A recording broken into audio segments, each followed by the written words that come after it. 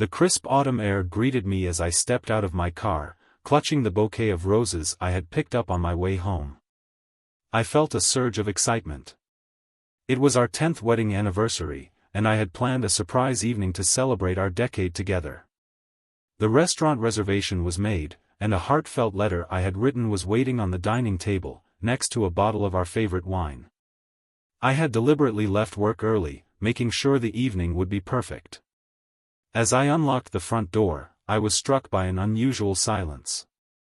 Usually, around this time, Anna, my wife, would be bustling around the kitchen, humming a tune or chatting on the phone. "Anna? Honey, I'm home early."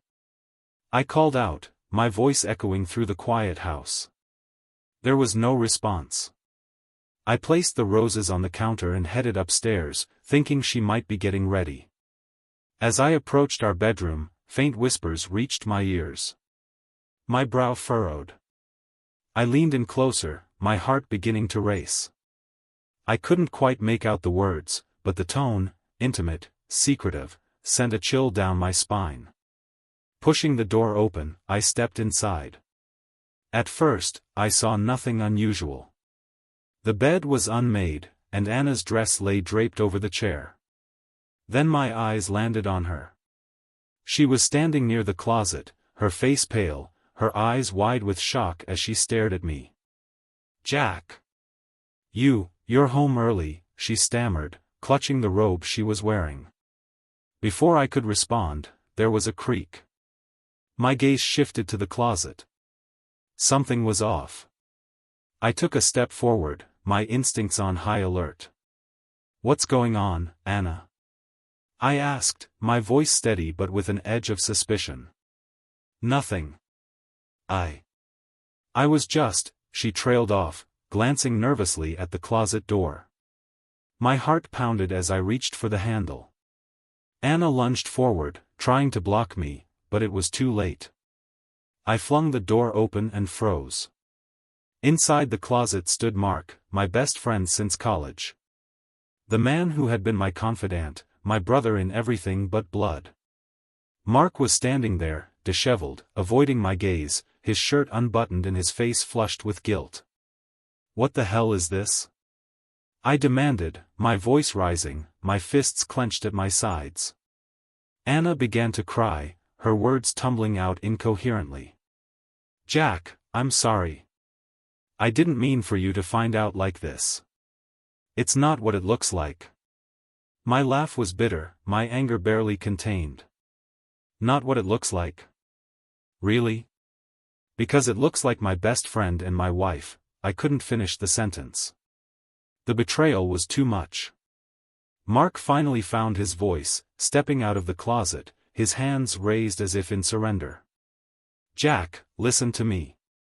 I didn't mean for this to happen. It just did. Please, let's talk about this." "Talk?" My voice was sharp, slicing through the room. "What is there to talk about? You've both betrayed me in the worst possible way." Anna reached out, trying to touch my arm, but I stepped back, glaring at her. "Don't. Just, don't." The room felt stifling. My mind was racing, a whirlwind of anger, sadness, and disbelief. The memories of our wedding day flashed before me. Mark had been my best man, standing by my side as I promised to love and cherish Anna forever. And now this? How long? I demanded, my voice cold. Anna's tears flowed freely, but she didn't answer. It was Mark who spoke, his voice barely above a whisper. "A few months." My jaw tightened. Months. While I had been planning our anniversary, pouring my love and energy into our relationship, they had been sneaking around behind my back. I turned on my heel, heading for the door. "Jack, wait!" Anna cried, but I didn't stop. I needed air. I needed to think. As I stepped outside, the cool breeze hit me, but it did little to soothe the storm raging within. I sat in my car, gripping the steering wheel, my thoughts a chaotic mess. The betrayal cut deeper than I could have imagined. Not only had I lost my wife, but my best friend as well. The two people I trusted most in the world had shattered my heart. I didn't know what to do next, but one thing was certain: this night would mark the end of life as I knew it. I drove aimlessly for what felt like hours, the city lights blurring through my tear-filled eyes. My mind replayed the scene over and over, each repetition twisting the knife deeper. Mark and Anna. My wife and my best friend. The betrayal was incomprehensible, yet the evidence had been right there, staring back at me from that damned closet. Eventually, I found myself parked outside a small diner. The neon sign flickered, casting a dull glow over the empty lot. I wasn't hungry, but I needed to be anywhere other than home. The thought of going back, to the memories, to the lies, was unbearable. I stepped inside, the bell above the door jingling as I entered. "Just you tonight?" the waitress asked, her voice warm and polite. She couldn't have known how loaded that question was. I nodded, sliding into a booth by the window. The coffee she brought was bitter, but it gave me something to focus on. I stared into the cup, the swirling liquid a reflection of my chaotic thoughts. Then my phone buzzed. I hesitated, my heart pounding as I glanced at the screen. It was Anna. Her name felt foreign now, a painful reminder of the life I thought we had. The messages kept coming. Asterisk, "Jack, please come home." Asterisk. Asterisk, "We need to talk." Asterisk. Asterisk, "I'm so sorry. I never wanted to hurt you." Asterisk. I slammed the phone face down on the table, drawing a curious glance from the waitress. Ignoring her, I buried my face in my hands, trying to steady my breathing. The last thing I wanted was a public breakdown. Just as I was beginning to compose myself, the bell above the door jingled again. I glanced up instinctively and froze. It was Mark. Of all the places in the city, he had to walk into this one. He spotted me almost immediately, his expression a mix of guilt and determination. "Jack, we need to talk," he said, sliding into the booth across from me before I could protest. "Talk?" I repeated, my voice dripping with sarcasm. "Oh, this should be good. What could you possibly have to say that would make this better?" He looked down, fiddling with the edge of his jacket. "I know I messed up. I know there's nothing I can say to justify what I did. But you need to know, it wasn't just some fling. I think I'm in love with her." The words hit me like a freight train. I stared at him, my mind struggling to process what he had just said. Love? This wasn't just some mistake. He had the audacity to sit here and tell me he loved my wife? "You're unbelievable," I said, my voice low and trembling with anger. "Do you have any idea what you've done? You didn't just betray me. You've destroyed everything. My marriage, our friendship. Did any of that matter to you?" "Of course it did," he shot back, his voice rising. "Do you think this was easy for me? I hated myself every single day, but I couldn't stop. I couldn't help how I felt." "You couldn't help it?" I repeated, laughing bitterly. "That's your excuse? You just couldn't help but sleep with my wife?" He flinched, but I didn't care. My anger was boiling over, years of trust and brotherhood reduced to ashes in a matter of moments. I stood abruptly, tossing a few bills on the table. "We're done, Mark," I said, my voice cold and final. "Don't call me. Don't come near me. As far as I'm concerned, you're dead to me." I didn't wait for his response.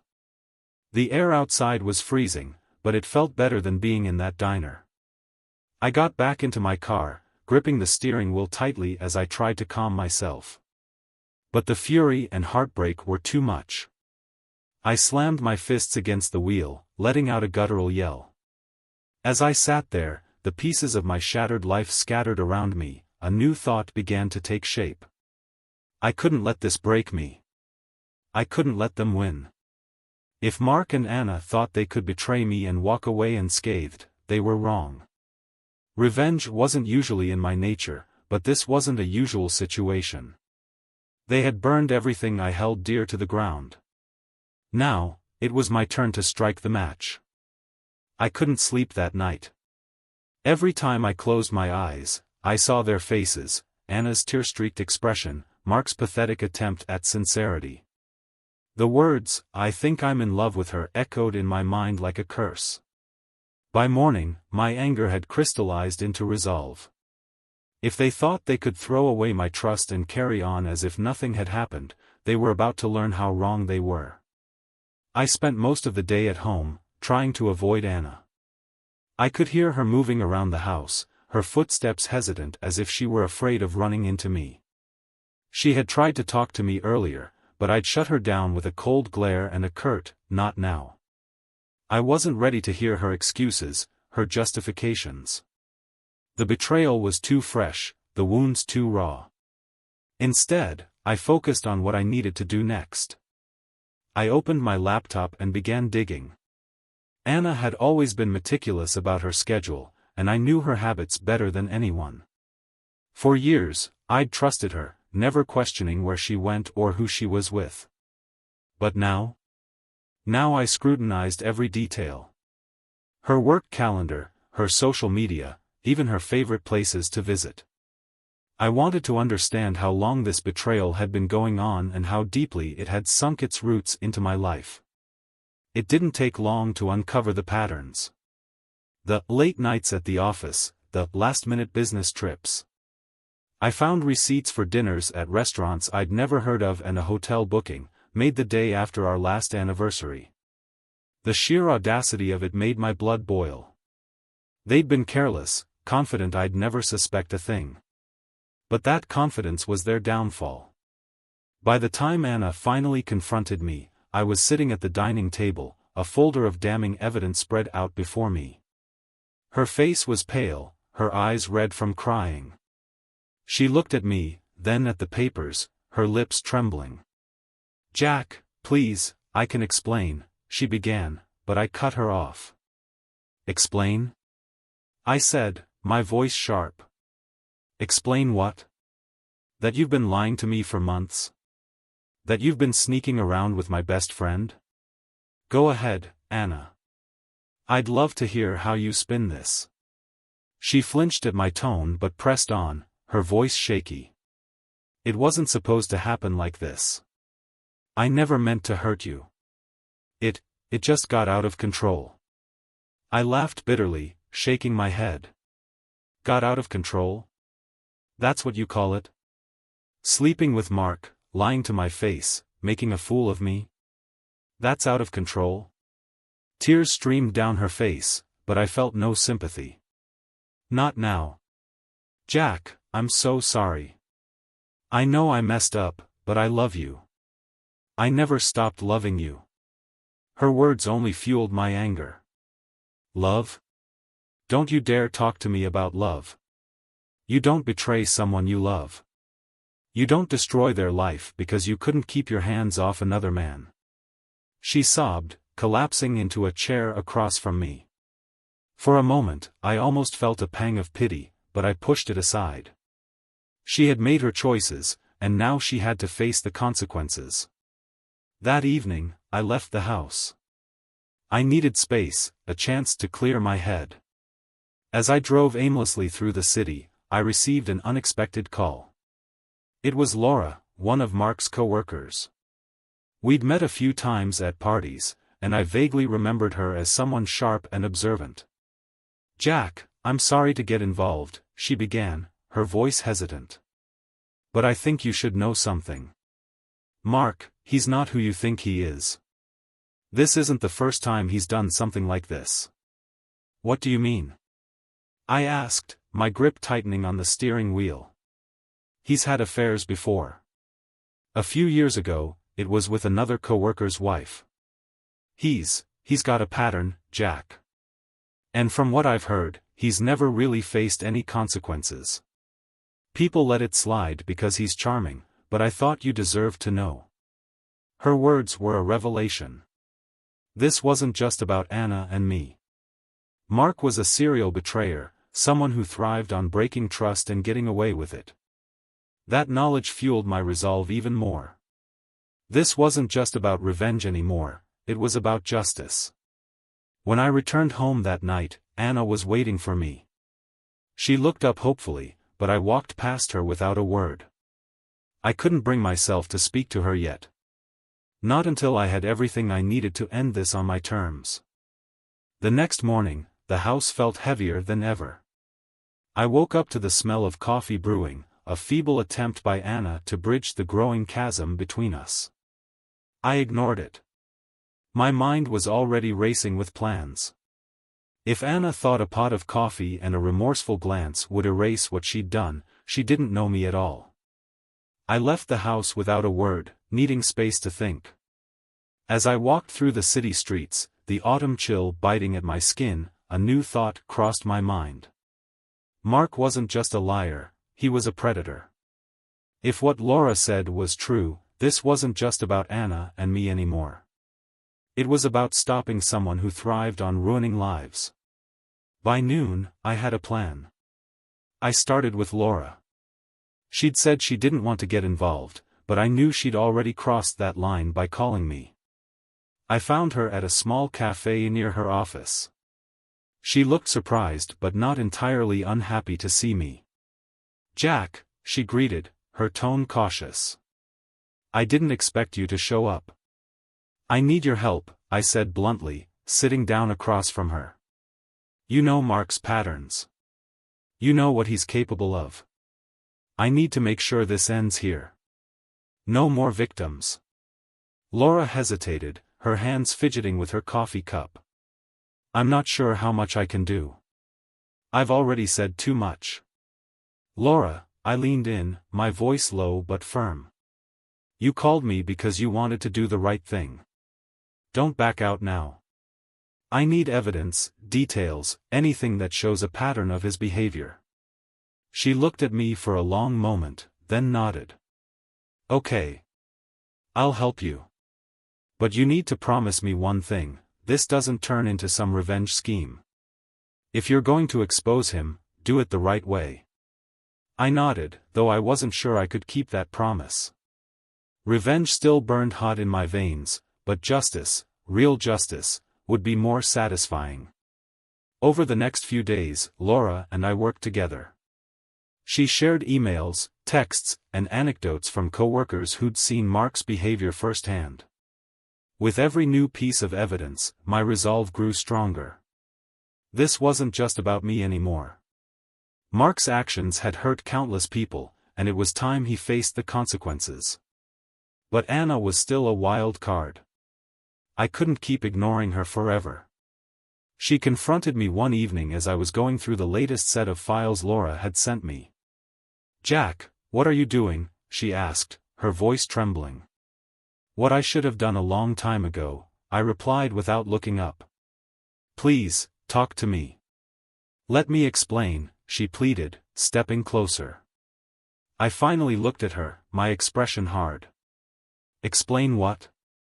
"That you threw away our marriage for a man who's been playing you just like he's played everyone else? You're not special to him, Anna. You're just another conquest." She flinched, tears welling up in her eyes. "That's not true. I made a mistake, but I love you. I've always loved you." "You have a funny way of showing it," I said coldly. "Do you even know how many other women he's done this to? Or were you so blinded by his charm that you never thought to question it?" Her silence was answer enough. I turned back to my files, dismissing her with a wave of my hand. "We're done talking. Go." The next day, I made my move. With Laura's help, I compiled a dossier on Mark, a comprehensive collection of evidence that painted a damning picture of his behavior. But I didn't just stop at exposing him at work. I reached out to his family, his friends, and even the women he'd wronged in the past. If Mark's charm had shielded him from consequences before, it wouldn't save him this time. The real twist came when I discovered something in one of the old emails Laura had found. It wasn't just about affairs. Mark had been embezzling funds from his company, using his charm and connections to cover his tracks. This wasn't just a scandal now, it was a crime. I forwarded the evidence to his company's HR department and the authorities. Within days, Mark was under investigation, his life unraveling piece by piece. Anna, meanwhile, had grown distant. She must have realized the full extent of what she'd gotten herself into, but it was too late for apologies. When the fallout began, I watched from a distance. Mark's name was dragged through the mud, his reputation shattered. Anna reached out to me repeatedly, leaving messages that I deleted without listening. I had nothing left to say to her. She was a chapter 1 was ready to close. As I stood in the wreckage of what had once been my life, I felt a strange sense of peace. I'd lost so much, but I'd gained something too, clarity. The people who had betrayed me were out of my life, and the weight of their lies was gone. For the first time in months, I felt free. Weeks turned into months, and life slowly began to stabilize. I moved out of the house Anna and I had shared and into a small apartment on the other side of town. The fresh start wasn't just a change of scenery, it was a reclamation of my own space, free from the shadows of betrayal. One day, as I unpacked the last of my boxes, I came across an old photo album. It was filled with memories of better days, vacations, birthdays, candid moments where we both looked happy. I stared at those pictures, wondering when it all had started to crumble. It was painful, but I forced myself to close the album and put it on the shelf. The past was the past, it couldn't hold me captive anymore. I threw myself into rebuilding my life. Work became my sanctuary, a place where I could channel my energy and feel accomplished. My colleagues noticed the change in me, but they didn't press for details. I appreciated their silent support. On weekends, I started volunteering at a local community center, finding solace in helping others. It was there that I began to rediscover a part of myself I thought I'd lost, a capacity to care, to connect, to trust. As for Mark, the fallout of his actions was more severe than I could have imagined. The embezzlement charges stuck, and he faced not only public disgrace but also legal consequences. His once charismatic charm couldn't save him from the cold, hard facts. I heard through the grapevine that he'd moved out of the city, leaving behind a wreckage of relationships and ruined reputations. It was poetic justice, but I didn't dwell on it. His downfall was no longer my focus. Anna, on the other hand, tried reaching out a few more times. Each time, I ignored her. I'd already said all I needed to say. Eventually, the calls and messages stopped, and I assumed she'd moved on. I hoped she'd learned something from all of this, but it wasn't my responsibility to ensure she did. One evening, months after everything had unfolded, I found myself at the community center's annual fundraiser. The room was filled with laughter and conversation, a stark contrast to the isolation I'd felt not so long ago. As I stood by the refreshment table, a woman approached me. She had a warm smile and an easy demeanor that immediately put me at ease. "Hi, I'm Emily," she said, extending her hand. "I've seen you around here. You're Jack, right?" I nodded, shaking her hand. "Yeah, that's me. Nice to meet you." We struck up a conversation, and before I knew it, hours had passed. Emily was kind, funny, and refreshingly genuine. For the first time in what felt like forever, I found myself laughing, not out of bitterness or irony, but pure, unguarded joy. By the end of the evening, we'd exchanged numbers, and for the first time since my world had fallen apart, I felt a spark of hope. Rebuilding my life wasn't easy, but it was worth it. I'd learned the hard way that trust could be broken, but I also learned it could be rebuilt.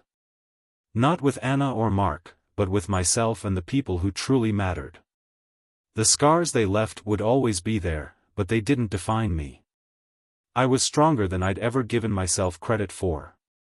As I walked out of the fundraiser that night, the crisp autumn air reminded me of the night everything had fallen apart. Only this time, it didn't feel cold or heavy. It felt like a fresh start. For the first time in a long time, I felt free to move forward, unburdened and ready for whatever came next.